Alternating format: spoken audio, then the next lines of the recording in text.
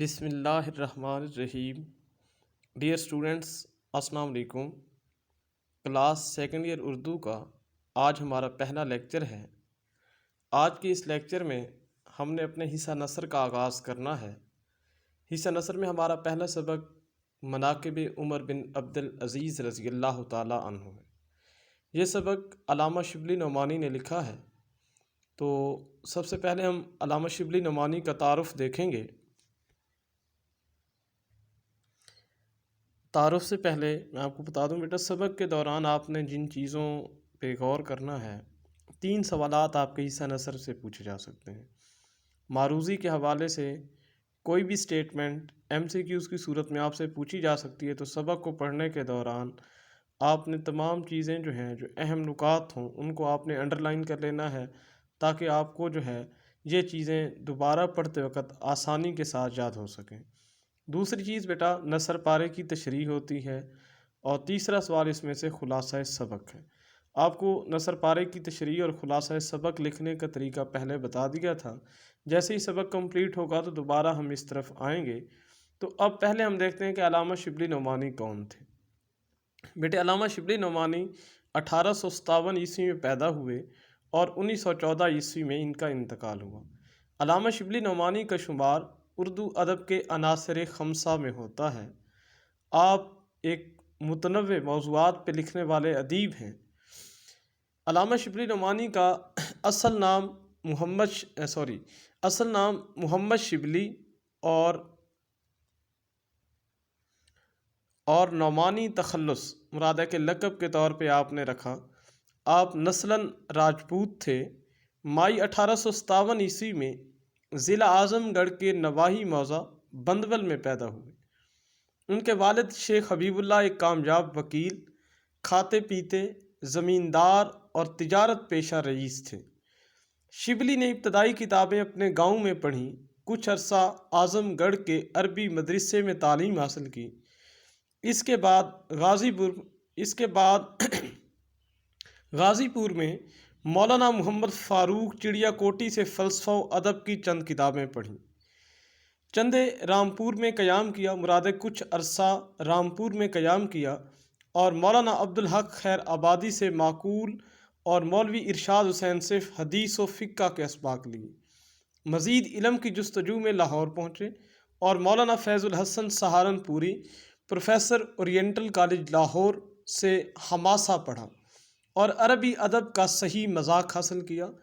آخر میں حدیث کی طرف توجہ کی اور سہارنپور میں مولانا احمد علی سہارنپوری سے سنن ترمذی کا درس لیتے رہے، مگر تکمیل سے پہلے ہی ان کی اجازت سے اپنے والد کے ہمراہ 1867 میں حج پر روانہ ہوئے۔ واپسی پر اعظم گڑھ میں کچھ عرصے کے لیے تدریس کی۔ اہل حدیث کی رد میں 2 رسالے لکھے، جن میں اسقاط المعتدی مشہور ہے۔ والد کے اصرار پر وکالت کا امتحان پاس کیا، مگر اس پیشے میں دل نہ لگا۔ اسے ترک کر کے کلکٹر کی کچہری میں نقل نویسی کی اسامی فروری 1882 عیسوی میں قبول کر لی۔ بہت جلد کرک امین ہو گئے، مگر دل ملازمت سے اچاٹ ہو گیا۔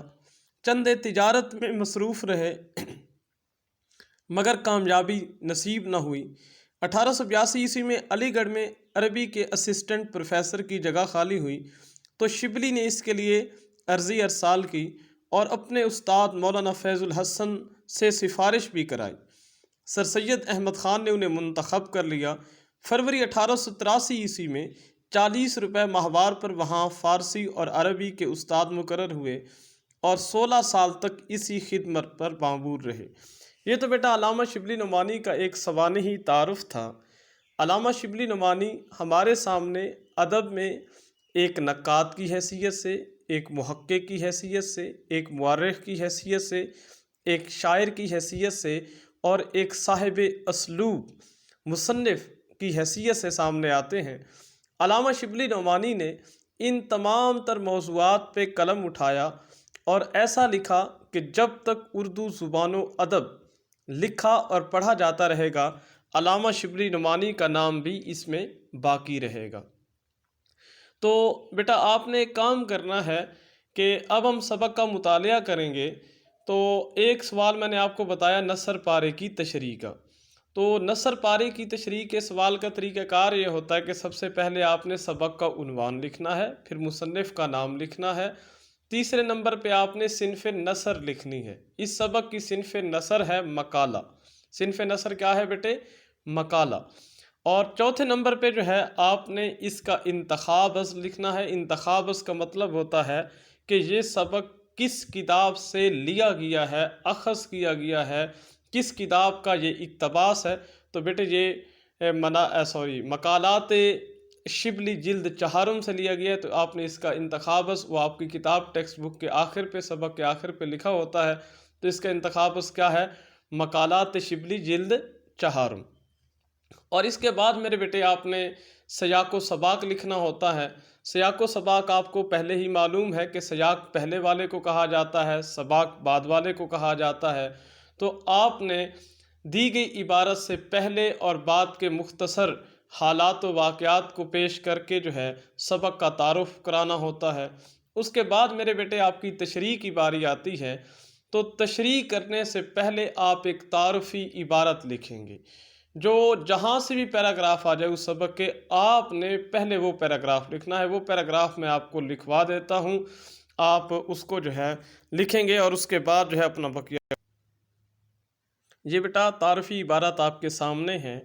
یہ آپ نے تعارفی عبارت کی ہیڈنگز نہیں دینی ہوتی، تشریح کی ہیڈنگ دینے کے بعد پہلے آپ یہ لکھیں گے اور پھر بعد میں جو ہے آپ تشریح طلب اقتباس جو ہوگا اس کی تشریح کریں گے۔ تو کیا ہے یہ تعارفی عبارت؟ میں نے کیا آپ کو لکھ کے دی ہے کہ یہ سبق علامہ شبلی نعمانی کے مقالے مناقب عمر بن عبدالعزیز رضی اللہ تعالیٰ عنہ سے ماخوذ ہے، جو مقالات شبلی جلد چہارم میں موجود ہے۔ مقالہ تحقیقی مضمون کو کہتے ہیں۔ علامہ شبلی نعمانی ایک صاحب طرز نثر نگار، شاعر، محقق اور تنقید نگار تھے۔ وہ جب مصر کی سیاحت پر گئے تو انہوں نے وہاں کتب خانہ خدیجیو، یہ لفظ کیا ہے بیٹا؟ خدیجیو میں علامہ ابن جوزی کی کتاب سیرت العمرین دیکھی۔ انہوں نے اس کتاب سے معلومات لے کر حضرت عمر بن خطاب رضی اللہ تعالیٰ عنہ کے حالات زندگی پر ایک کتاب الفاروق لکھی، جبکہ حضرت عمر بن عبدالعزیز رضی اللہ تعالیٰ عنہ کے حالات زندگی پر ایک مقالہ مناقب عمر بن عبدالعزیز رضی اللہ تعالیٰ عنہ لکھا۔ زیر بحث سبق اسی مقالے سے لیا گیا ہے، جس میں عمر بن عبدالعزیز رضی اللہ تعالیٰ عنہ کے اخلاق، عدل و انصاف اور نمایاں کارناموں پر روشنی ڈالی گئی ہے۔ تو بیٹے آپ نے یہ تعارفی عبارت ہیڈنگ کے بغیر، تعارفی عبارت کی ہیڈنگز نہیں دینی، یہ تو میں نے یہاں پہ لکھا ہے تاکہ آپ کے لیے واضح ہو سکے۔ آپ نے پہلے یہ لکھنا ہے، اس کے بعد آپ نے لکھنا ہے کہ تشریح طلب اقتباس میں مصنف یہ بات کہتا ہے۔ تشریح میرے بیٹے آپ کی 3 پیجز پر ہونی چاہیے۔ یہ سارا سوال آپ کا جو امتحانی شیٹ ہوتی ہے اس میں 5 پیجز جو ہیں وہ اسی کی نظر آپ نے کرنے ہیں، لیکن اگر 4.5 پیجز پہ آپ کا یہ سوال آ جائے تو وہ ٹھیک ہوتا ہے۔ 15 نمبر کا یہ سوال ہے، 1 نمبر سبق کے عنوان کا ہوتا ہے، 1 نمبر مصنف کے نام کا ہوتا ہے اور 3 نمبر سیاق و سباق کے ہوتے ہیں، 10 نمبر آپ کے تشریح کے ہوتے ہیں۔ تو آپ نے اس سوال کو اگر بہترین طریقے سے کیا تو یہ سوال آپ کو میکسیمم 14 تک آسانی کے ساتھ نمبر دے سکتا ہے۔ اب ذرا آپ سبق کو دیکھیے۔ تو بیٹے ہمارے سبق کا عنوان ہے مناقب عمر بن عبدالعزیز رضی اللہ تعالی عنہ۔ مناقب کے معنی ہے توصیف، تعریف، وصف۔ مناقب کا لفظ منقبت سے نکلا ہے۔ منقبت ایک صنف نظم بھی ہے کہ جب کسی کی تعریف و توصیف بیان کی جائے تو ایسی نظم کو منقبت کہا جاتا ہے۔ تو منقبت کے لفظ سے مناقب۔ مناقب عمر بن عبدالعزیز رضی اللہ تعالیٰ عنہ سے مراد کیا ہوگا کہ حضرت عمر بن عبدالعزیز رضی اللہ تعالیٰ عنہ کی تعریف، آپ کے وصف، آپ کی جو ہے نمایاں خوبیوں کا ذکر۔ تو دیکھیے گا بیٹا، علامہ ابن جوزی نے جو مشہور محدث گزرے ہیں، بیٹے محدث علم حدیث جاننے والے کو کہا جاتا ہے۔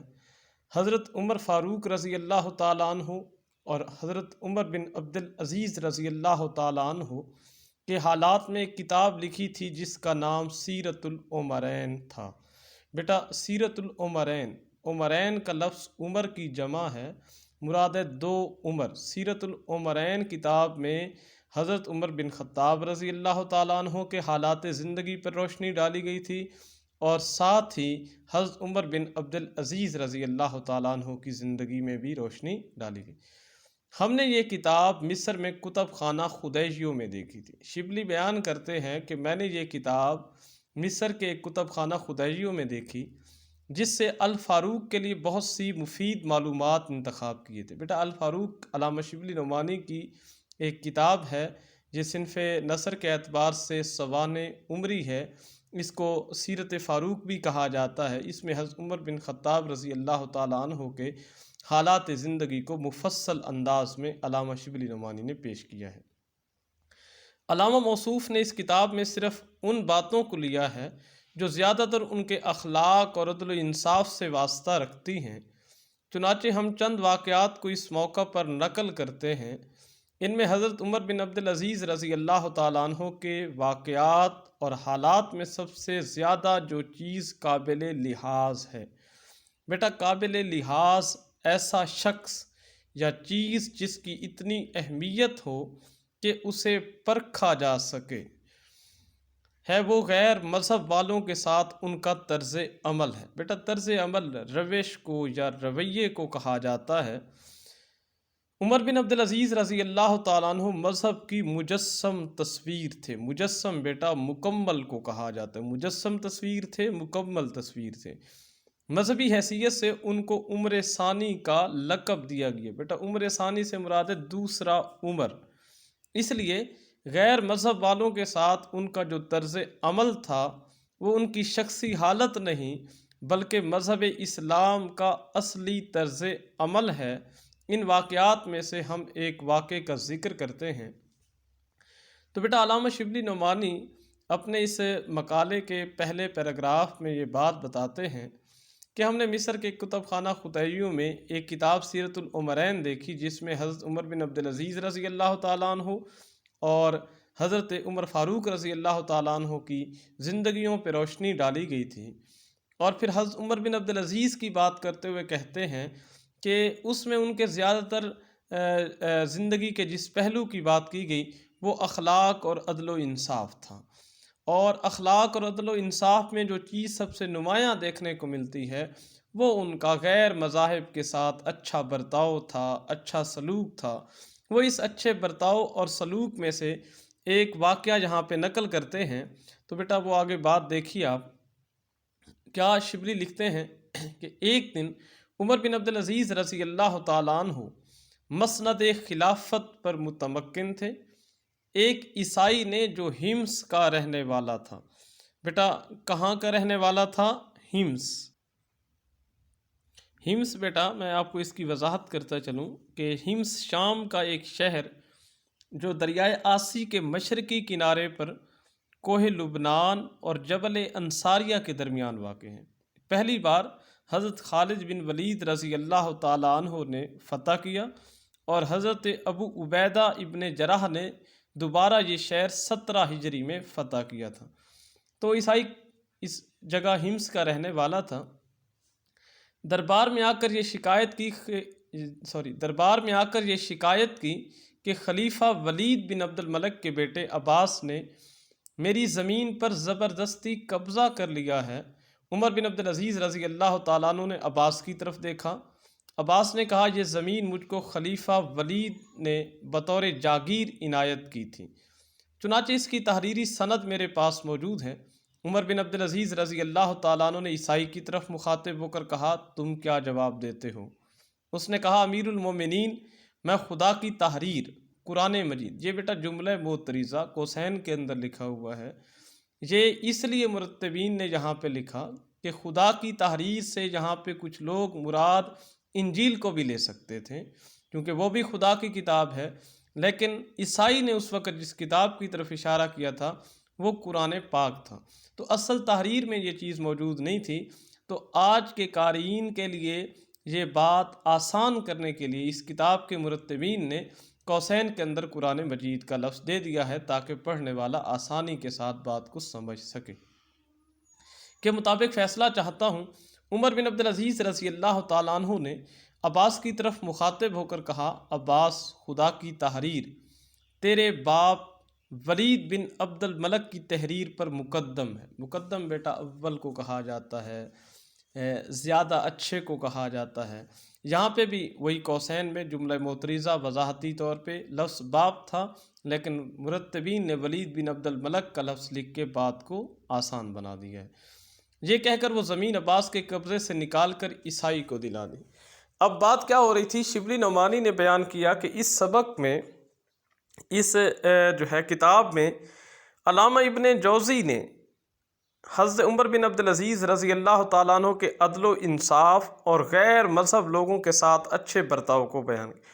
تو اسی میں سے علامہ شبلی نعمانی نے اپنے مقالے مناقب عمر بن عبدالعزیز میں یہ واقعہ نقل کیا ہے اور بطور ثبوت اس بات کو پیش کیا ہے کہ آپ عدل و انصاف کا ایسا پیکر تھے جس کی مثالیں وہ روز حشر تک دی جاتی رہیں گی، کہ ولید بن عبد الملک کے بیٹے اور ایک حمص کا رہنے والا عیسائی، جب ان کے درمیان ایک متنازع بحث آئی تو آپ رضی اللہ تعالیٰ عنہ نے عدل و انصاف کے تقاضوں کو بالا تر رکھتے ہوئے بات کی حقیقت کو جانا، اور بات کی حقیقت کو جانتے ہوئے پھر اس عیسائی کو اس متنازع بحث میں فاتح قرار دے دیا۔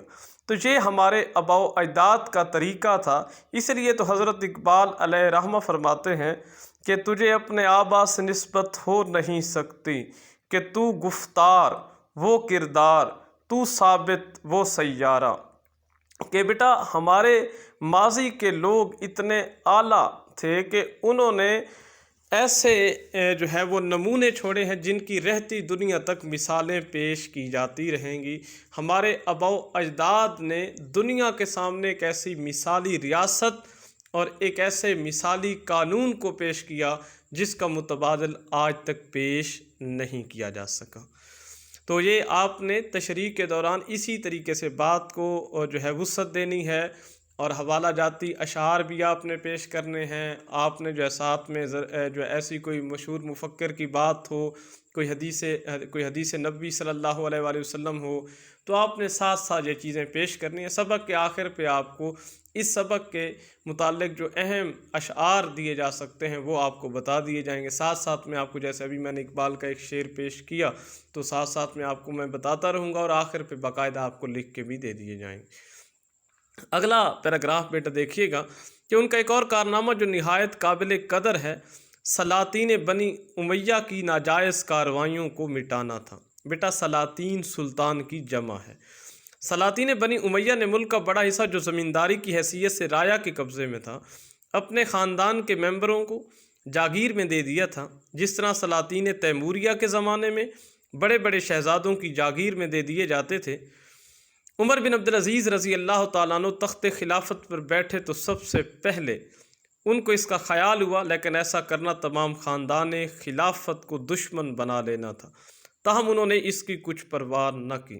دوسرا کارنامہ علامہ شبلی نعمانی نے جو حضرت عمر بن عبدالعزیز رضی اللہ تعالیٰ عنہ کا پیش کیا ہے وہ یہ ہے کہ بنو امیہ کا خاندان جب تخت خلافت پہ بیٹھا تو انہوں نے بہت ساری ناجائز زمینیں اپنے خاندان کے نام ملکیت کر دیں، اپنے خاندان کے نام کر دیں۔ تو آپ نے جب تخت خلافت کو سنبھالا تو آپ نے سب سے پہلے یہی کام کیا کہ جتنی بھی ناجائز زمینیں تھیں وہ اصل حقداروں کو واپس کر۔ لیکن ایسا کرنا کوئی عام کام نہیں تھا، ایسا کرنا پورے خاندان کو اپنا حریف بنا لینا تھا۔ لیکن آپ رضی اللہ تعالیٰ عنہ نے ایک بار کہا تھا کہ ساری دنیا اگر میرے خلاف ہو جائے تو ہو جائے، لیکن میں احکام خداوندی سے ذرا بھر بھی وہ ادھر نہیں ہو سکتا، احکام خداوندی سے حکم عدولی نہیں کر سکتا، میں ان کو چھوڑ نہیں سکتا۔ اور آپ رضی اللہ تعالیٰ عنہ نے ایسا ہی کیا، اور دنیا کے سامنے یہ مثال پیش کی کہ چاہے حالات جتنے بھی سخت ہو جائیں، جتنے بھی کڑے ہو جائیں، آپ کو کبھی عدل و انصاف کو نہیں چھوڑنا، کیونکہ عدل و انصاف ایک ایسی چیز ہے جو کسی بھی معاشرے کی بقا کی ضامن ہے۔ جب تک معاشروں میں بیٹا عدل و انصاف ہوتا رہتا ہے تب تک معاشرے جو ہے وہ ترقی کی راہوں پہ چلتے رہتے ہیں۔ اور آپ رضی اللہ تعالیٰ عنہ نے بنو امیہ کے خاندان میں جتنے یہ خرافات ہو چکے تھے، آپ نے ان تمام کا جڑ سے کلا کما کر دیا، ان تمام کو ختم کر دیا۔ اور آپ کا یہ جو 2.5 سالہ دور ہے، یہ تاریخ میں ایک ایسا روشن دور ہے کہ اس کی بار بار مثالیں دی جاتی رہیں گی۔ یہی وجہ ہے کہ آپ رضی اللہ تعالیٰ عنہ کے دور کو جو ہے عمر ثانی کا دور کہا جاتا ہے، آپ کو عمر ثانی کے لقب سے نوازا جاتا ہے۔ تو بیٹا آج کے سبق میں بس ہم اتنا پڑھیں گے۔ آپ نے یہ پہلا پیج جو ہم نے پڑھا ہے، آپ نے اس میں سے جو اہم پوائنٹس ہیں ان کو انڈر لائن کر لینا ہے، اور جو الفاظ کا معنی آپ کو مشکل لگے اور آپ کو سمجھ نہ آ رہی ہو تو آپ نے واٹس ایپ گروپ میں مجھے میسج کر دینا ہے، میں آپ کو جو ہے اس کا جواب دے دوں گا۔ تو انشاءاللہ کل تک اپنا خیال رکھیے گا اور اپنا یہ سبق جو ہے یاد کریے گا۔ اس میں سے جو بھی مشکل ہو آپ نے میرے ساتھ ڈسکس کر لینی ہے۔ والسلام۔